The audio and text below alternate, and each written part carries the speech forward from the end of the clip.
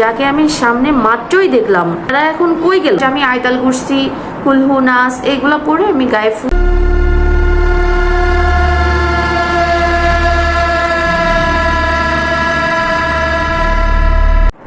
আসসালামু আলাইকুম guys.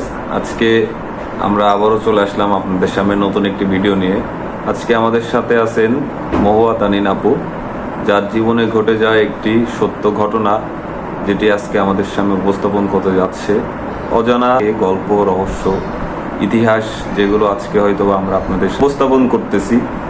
So যাই হোক গাইজ, আজকে আপুর মুখ থেকে শুনি তার লাইফে ঘটে যায় একটি সত্য কাহিনী। জি আপু বলেন। আসসালামু আলাইকুম, আমি মহুয়া। আমার জীবনে ঘটে যাওয়া একটা সত্য ঘটনা আপনাদের সঙ্গে আমি শেয়ার করতে চাচ্ছি। আসলে আমি যখন খুব ছোট, ক্লাস 4-এ, তখন আমার আম্মু আব্বু, বাসার সার্ভেন্ট কেউ বাসায় নাই। আমাকে আর আমার ছোট বোন, ওর বয়স মেবি 3 বছর হবে, 3-4 বছর এমন হবে, আমাদের রেখে যায় বাসায়। আম্মু পাশে একটা ফ্ল্যাটে যায়। তখন আমরা আমাদেরই বাসার নিচতলাতে থাকতাম। হঠাৎ সন্ধ্যার সময় আমার মনে হলো যে আমি গেট থেকে বের হয়ে একটু বাইরে যাই। তখন মাগরিবের আজান দিছে সবে মাত্র।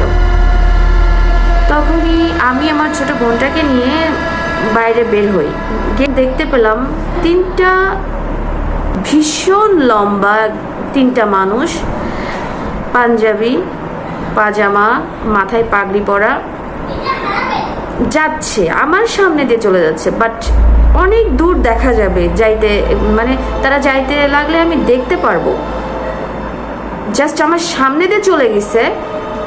আমি মানে জাস্ট ঘাড় ব্যাক করে আমি দেখলাম যে তারা কই। ব্যাক করে দেখি মানে 3 জনের একটা পার্সনও নাই। তখন আমি ভীষণ ভয় পেয়ে গেলাম। বিষয়টা কি হলো, যাদেরকে সামনে মাত্রই দেখলাম তারা এখন কই গেল? আচ্ছা, আমি ভীষণ ভয় পেয়ে আমার বোনকে নিয়ে ঘরের ভিতর ঢুকে আসলাম। আসার পরে আমি ভয়ে অলরেডি কাঁপতেছি, আমার গায়ে জ্বর চলে আসছে। তার কিছুক্ষণ পরে আম্মু চলে আসে বাসায়। সারা রাত আমার প্রচুর জ্বর। আম্মু আমাকে ঘুমাই দিল। ঘুম পড়ছি যখন, ঘুমানোর পরে তখন অনেক রাত্রে দেখি কি আমার গায়ে সাদা একটা কাঁথা কে জানি দিয়ে দিচ্ছে।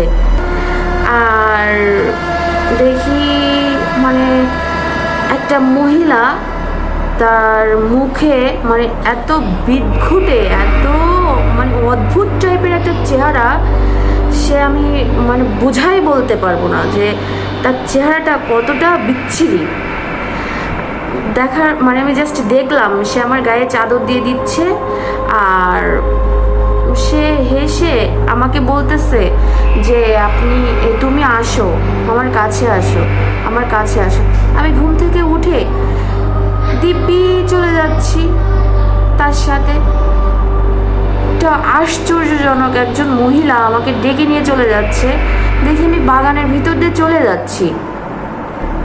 আমার আম্মু হঠাৎ করে আমাকে গায়ে হাত দিয়ে বলতেছে, কি হলো, এমন করতেছিস কেন, কই যাচ্ছিস তুই? সে আম্মু আমাকে কে জানি নিয়ে যাচ্ছিল। ঠিক আছে, আম্মু বললো যে সামথিং রং, বুঝতে পারছি তোর হয়তো বা কোনো প্রবলেম হয়েছে, একটা হুজুর দেখাইতে হবে। তারপরে আম্মু আমাকে হুজুরের কাছে নিয়ে গেল।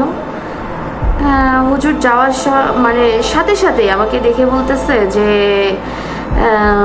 তোমার তো আসলে দূর থেকে আশ্রয়ের একটা ভাব, মানে আশ্রয় করতে চাই, কিন্তু আসলে তুমি নামাজ আদায় করো মনে হয়, যার কারণে তোমার কাছে আসতে চায় না।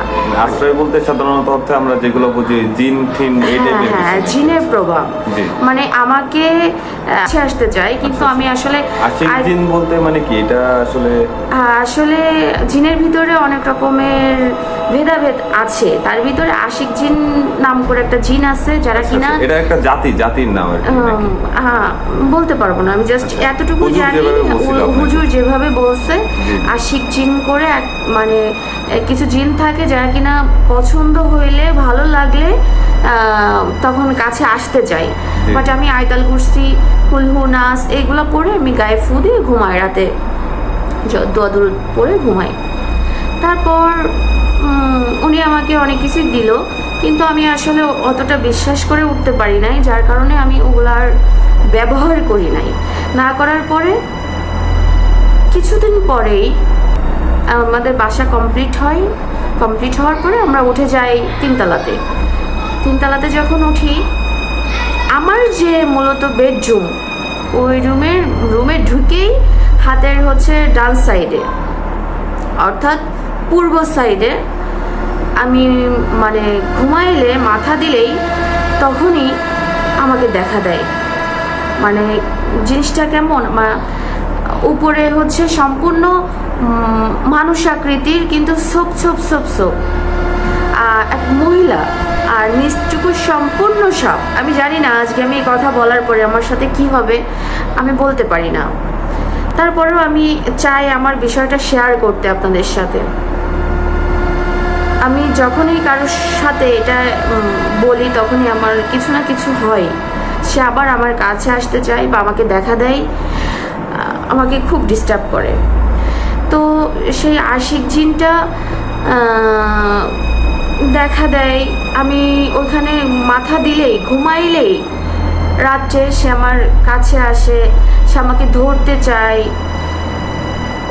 আর মূলত আমি আরও একদিন দেখলাম ঘুমের ঘরে আমার সাথে এগুলো ঘটে।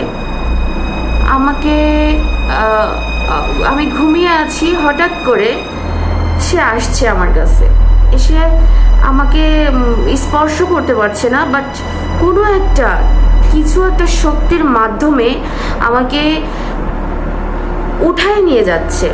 এবং জিনিসটা কেমন, মানে আমি যেটা দেখছি ওদের কাছে যে জিনিসটা থাকে সেটা হচ্ছে মানে একটা ব্ল্যাক, মানে কালো টাইপের কিছু টাইপের, আর বিদঘুটে দেখতে হয়, ভালো দেখতে হয় না।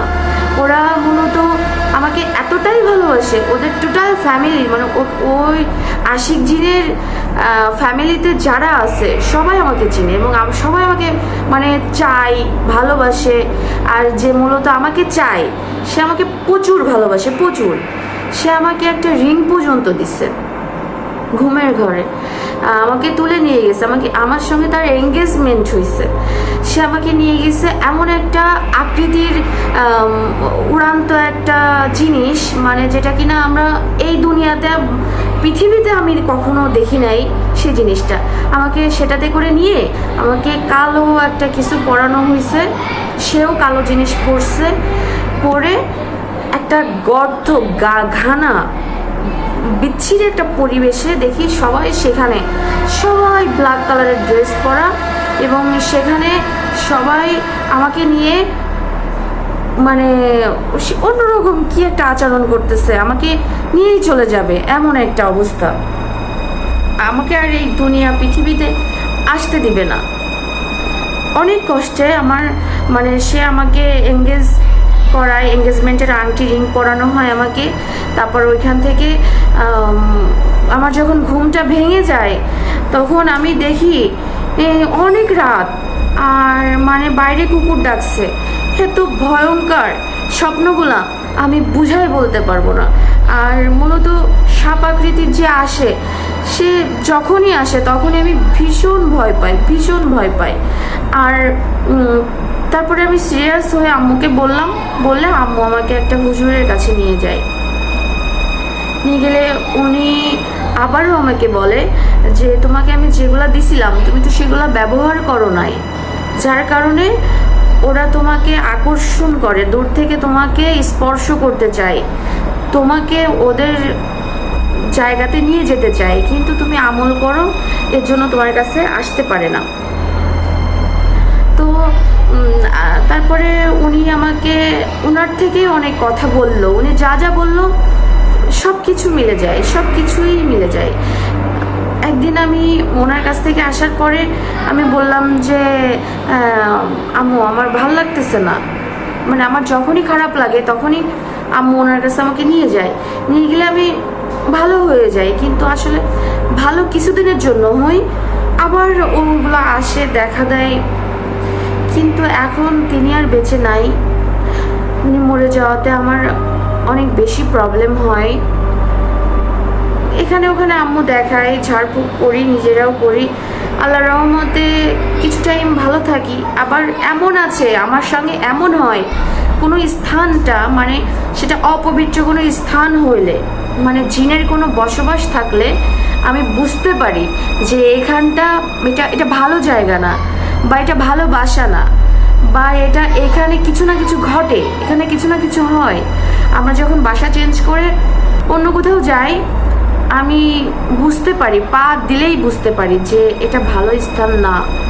একদিন আমি আমাদের বাসা চেঞ্জ করে নড়াইলে একটা বাসায় উঠি। যখনই আমি ওই বাসায় পা দিছিলাম তখনই আমি বলছিলাম যে এই বাসাটা ভালো না, এই বাসাটার প্রবলেম আছে। বাট সবাই হাসে, বিশ্বাস করে না। কিন্তু এমন কিছু ঘটনা আমার সঙ্গে ঘটে বা আমার ফ্যামিলির সঙ্গে ঘটে, সেটা আসলে আমি বুঝাই বলতে পারবো না। তো যাই হোক, সংক্ষিপ্ত আকারে ছোট্ট একটা আমার সাথে হওয়া কিছু ঘটনা আপনাদের সাথে শেয়ার করলাম। আপনারা নিশ্চয়ই পরবর্তী আবার কোনো একটা এপিসোডে আমাকে দেখবেন ইনশাল্লাহ। আসসালামু আলাইকুম। ইনশাআল্লাহ আপু, থ্যাংক ইউ, ধন্যবাদ আপনাকে। আমরা সাধারণ অর্থে যেগুলা জানি যে জিন বলতে পৃথিবীতে কিছু আছে, যেহেতু মুসলমানদের ক্ষেত্রে কোরআন শরীফে পর্যন্ত এটা উল্লেখ আছে। সূরা জিন। হ্যাঁ হ্যাঁ, জি, জিন আর ইনসানের মধ্যে পৃথিবীতে অনেক তফাৎ ভেদাভেদ আছে। ইভেন জিন বলতে কিছু না কিছু আছে, ইভেন আল্লাহ অবশ্যই আছে। জি জি, আল্লাহর তরফ থেকে জিনকে আল্লাহ এমনই শক্তি দিছে যে আসলে মানুষের শিরা উপসেরা বা আশপাশে জিন অনেকেই থাকতে পারে, যে এগুলো হয় আমরা জানি সাধারণ অর্থে। তো ঠিক আছে আপু, আপনাকে ধন্যবাদ, আজকে এতটুকুই। খোদা হাফিজ।